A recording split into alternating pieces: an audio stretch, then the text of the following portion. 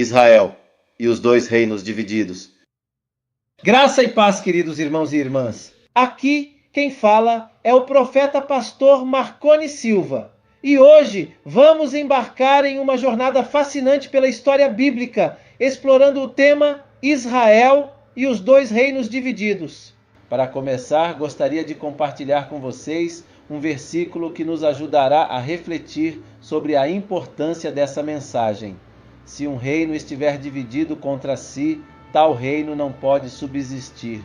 Marcos 3, 24. Antes de iniciarmos nosso estudo profundo sobre os dois reinos de Israel, gostaria de pedir um favor especial a você, nosso querido espectador. Se você está gostando dos vídeos que compartilhamos aqui e deseja acompanhar mais conteúdos inspiradores como este, por favor, inscreva-se no canal Profeta Pastor Marconi Silva, ative o sininho para receber todas as notificações e deixe seu like. Sua participação é fundamental para continuarmos trazendo mensagens edificantes e de qualidade para vocês. Agora vamos mergulhar na história de Israel. Após a morte do rei Salomão, o reino de Israel passou por um momento crucial de sua trajetória, levando à divisão entre o reino do norte, conhecido como Israel, e o reino do sul, conhecido como Judá. Essa divisão não foi apenas geográfica, mas também espiritual e política, influenciando profundamente o destino do povo de Deus. O reino do norte, composto por 10 tribos, escolheu Jeroboão como seu líder. Ele estabeleceu novos lugares de adoração, desviando-se do templo de Jerusalém. Enquanto isso, o reino do sul, formado pelas tribos de Judá e Benjamim, permaneceu sob a liderança da casa de Davi, mantendo Jerusalém como seu centro espiritual. Essa separação trouxe consigo uma série de desafios e conflitos que impactaram a nação de Israel de maneiras significativas. A idolatria, as alianças políticas com nações estrangeiras e as batalhas internas marcaram essa época, resultando em um período de instabilidade e crise espiritual. Vamos explorar juntos os eventos que levaram à divisão, as consequências dessa cisão e as lições valiosas que podemos aprender para a nossa vida espiritual hoje. Fique conosco até o final, pois esta mensagem promete trazer uma compreensão mais profunda da fidelidade de Deus e de como Ele trabalha em meio às adversidades. Então prepare seu coração, sua Bíblia e venha comigo nesta incrível viagem pela história de Israel. Que o Espírito Santo nos guie e nos ilumine em cada passo dessa caminhada. Maranata, o Senhor Jesus vem. A primeira pergunta que deve ser respondida aqui é como surgiu o reino dividido de Israel. O reino dividido surgiu após a morte do rei Salomão em 930 a.C. Jeroboão, filho de Salomão, ascendeu ao trono de Israel. A nação de Israel unificada era formada por 12 tribos. Porém, naquele tempo, havia um descontentamento muito grande entre os israelitas, especialmente entre aqueles que pertenciam às tribos do norte. Salomão havia sobrecarregado o povo com excessivas cargas de impostos. Porém, quando Roboão assumiu o trono, ele se recusou a atender às reclamações dos cidadãos, que eram totalmente justificáveis naquele contexto. Em vez de ouvir a reivindicação do povo, o rei Roboão preferiu dar ouvidos aos seus jovens conselheiros. Com o desprezo da corte como pano de fundo, as tribos do norte se levantaram em rebelião, lideradas por Jeroboão, um antigo oficial de Salomão. A revolta rachou a nação de Israel em duas partes, dividindo as tribos do norte e as tribos do sul.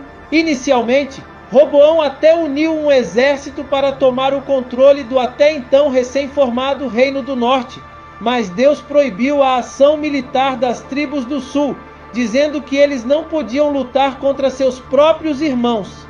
Além disso, o Senhor ainda avisou que aquela divisão estava sob o seu total controle e tudo estava acontecendo conforme a sua soberana vontade. Portanto, as 10 tribos do norte se uniram a Jeroboão e fizeram dele seu rei, dando início ao Reino do Norte, frequentemente chamado de Reino de Israel. Durante o reino dividido, a primeira capital do Reino do Norte foi a cidade de Tirza, mas depois passou a ser Samaria. Foi justamente nesse período que iniciou a tensão que, com o tempo, se tornou numa grande rivalidade entre judeus e samaritanos. Ao longo de sua breve história, o Reino do Norte teve 9 dinastias, totalizando 19 reis. No geral, os reis do Reino do Norte fizeram muitas coisas que desagradaram ao Senhor. Inclusive, muitos desses reis chegaram ao trono por meios violentos e perversos. Politicamente, o Reino do Norte foi marcado por muita conspiração e religiosamente marcado por muita idolatria. O próprio Jeroboão, o primeiro governante do Reino do Norte, tão logo esteve envolvido em idolatria e chegou a criar centros de adoração ilícitos em seu território. Apesar de a divisão política ter sido legítima, a divisão religiosa era errada. Os israelitas deveriam ter continuado adorando no templo em Jerusalém. Talvez o auge da idolatria no Reino do Norte aconteceu durante o reinado do rei Acabe, que foi profundamente influenciado por Jezabel. Nesse período, Deus levantou o profeta Elias e o profeta Eliseu para denunciar a idolatria em Israel. A corrupção política, social e religiosa do Reino do Norte também é claramente percebida na profecia do profeta Amós. Outro profeta levantado por Deus para profetizar ao Reino do Norte foi Oséias. Inclusive, através das próprias experiências pessoais do profeta Oséias com sua esposa adúltera, Deus exemplificou o adultério religioso do Reino de Israel. Entre os reis mais emblemáticos do Reino do Norte, além de Jeroboão e Acabe, que já falamos aqui, também podemos citar o rei Omri, pai de Acabe, que ficou conhecido por suas realizações políticas e militares, mas também por sua idolatria. Foi ele quem estabeleceu a cidade de Samaria como a capital do Reino do Norte. No entanto, a Bíblia diz que ele fez o que era mal aos olhos do Senhor e pecou mais do que todos os que foram antes dele.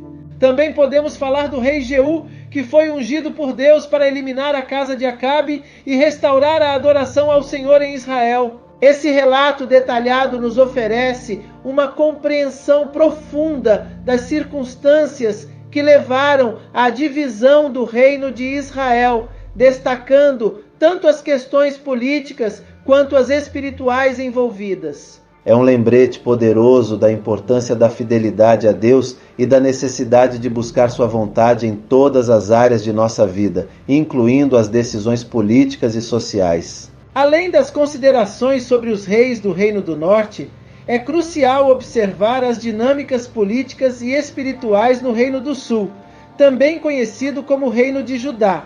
Enquanto os reis de Israel vinham de diversas dinastias, os reis de Judá eram todos descendentes da casa de Davi, com exceção de um breve período de usurpação. O comprometimento com a vontade do Senhor variava entre os governantes, mas, em geral, os reis de Judá mantiveram a adoração centralizada em Jerusalém, conforme estabelecido por Davi e Salomão. No entanto, também enfrentaram desafios com a idolatria, apesar dos alertas dos profetas. Os exemplos de reis como Asa e Josafá destacam-se por seus esforços em promover a devoção a Deus e implementar reformas para eliminar a idolatria. A história desses reis nos lembra da importância do compromisso pessoal com Deus e da responsabilidade dos líderes em conduzir o povo na verdadeira adoração. Por outro lado, um aspecto interessante a ser mencionado é a falha de Jeú em remover os bezerros de ouro que Jeroboão I havia estabelecido, perpetuando assim o pecado do antigo rei. Jeú é lembrado tanto por sua determinação na erradicação dos seguidores de Baal, quanto por sua incapacidade de purificar totalmente Israel da idolatria. Uma curiosidade é que o Reino do Norte teve 2 reis com o nome Jeroboão. Por isso, a Bíblia menciona também Jeroboão II, que ascendeu ao trono de Israel mais de um século depois de Jeroboão I. O reinado de Jeroboão II foi o mais longo e um dos mais prósperos da história do reino de Israel, tendo reinado por 41 anos. Em contrapartida, Israel também teve um rei chamado Zinri, que reinou por apenas 7 dias, e outro chamado Salum, que reinou por apenas 1 mês, o que demonstra a instabilidade que havia naquele reino. Agora, voltando a história para o Reino do Sul, a capital do Reino do Sul continuou sendo Jerusalém. Diferentemente dos reis do reino de Israel, que vinham de várias dinastias, os reis do reino de Judá eram todos descendentes da casa de Davi. A única exceção foi o período de pouco mais de 6 anos em que Atália, filha de Acabe de Israel, usurpou o trono de Judá após Acasias, seu filho, ter sido morto. Inclusive, durante aquele tempo, Atália fez de tudo para destruir a linhagem real de Judá, ordenando as mortes de seus próprios netos para garantir que não restasse nenhum representante da casa de Davi que pudesse reivindicar o trono de Jerusalém. Mas, pela providência de Deus, Atália não teve sucesso em seu plano, pois um de seus netos acabou sobrevivendo escondido e mais tarde deu continuidade à dinastia de Davi. No geral, o Reino do Sul teve reis que foram mais comprometidos com a vontade do Senhor. A adoração continuou centralizada em Jerusalém, conforme havia sido nos dias de Davi e Salomão. No entanto, o reino de Judá também teve problemas com a idolatria. Por várias vezes, o impenitente Reino do Sul foi avisado pelo Senhor, através dos seus profetas, acerca do juízo iminente que seria derramado devido ao pecado. Joel, Isaías, Miqueias, Sofonias, Jeremias e Abacuque foram os profetas do Reino do Sul que profetizaram antes de sua queda e insistentemente conclamaram o povo ao arrependimento. Mas, como sabemos, o povo não se arrependeu e já durante o tempo do exílio, Deus também levantou os profetas Daniel e Ezequiel, que entre outras coisas profetizaram a restauração de Judá. Após o exílio, os profetas Ageu, Zacarias e Malaquias desenvolveram seus ministérios num contexto de reconstrução da vida em Jerusalém pelos remanescentes do cativeiro. Entre os reis mais notáveis do Reino do Sul, podemos citar o rei Asa, que ficou conhecido por seu zelo religioso e por buscar a Deus. Durante seu reinado, ele removeu os altares estrangeiros e os postes sagrados, destruiu os ídolos e restaurou o altar do Senhor. Asa também incentivou o povo a buscar a Deus e a guardar os seus mandamentos. Embora tenha falhado em alguns aspectos de sua fé, Asa continuou sendo lembrado por sua inicial devoção e pelas reformas que implementou para eliminar a idolatria. O filho de Asa foi o rei Josafá, outro que está entre os principais reis de Judá. Ele continuou as reformas de seu pai e é lembrado por sua aliança com Deus e pelos esforços em promover a educação religiosa. Josafá também fortaleceu as defesas de Judá e procurou seguir os caminhos de Deus, embora suas alianças políticas com a casa de Acabe resultaram em consequências muito negativas. Mais um rei do Reino do Sul que não poderia ficar de fora desta lista é o rei Uzias, também conhecido como Azarias. Ele teve um longo e próspero reinado, fortalecendo as defesas de Judá, construindo torres e incentivando a agricultura.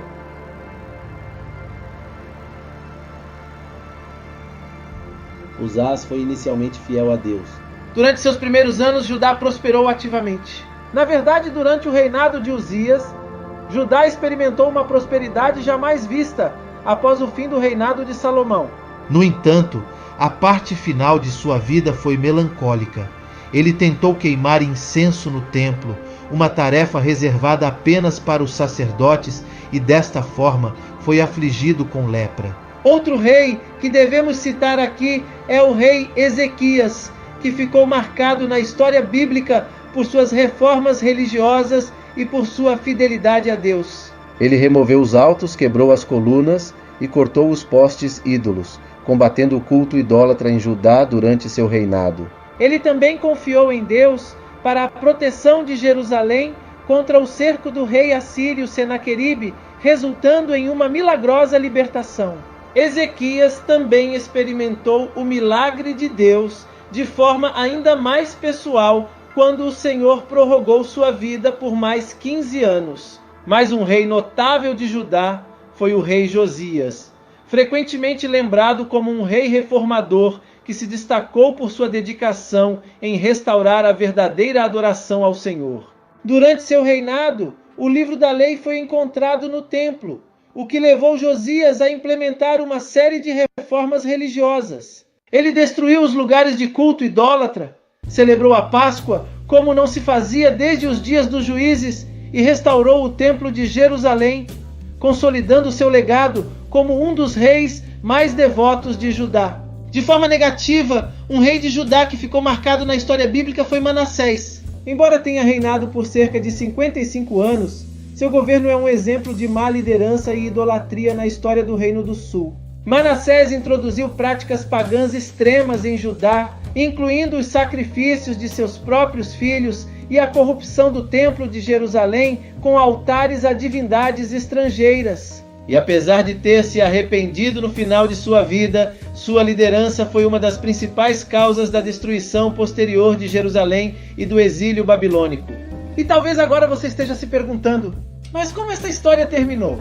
Bem, o reino dividido em 2 estados independentes durou pouco tempo. O Reino do Norte durou apenas 2 séculos e acabou caindo sob o domínio assírio. O rei Oséias foi o último monarca do reino de Israel e parece ter terminado seus dias numa prisão assíria em 721 a.C.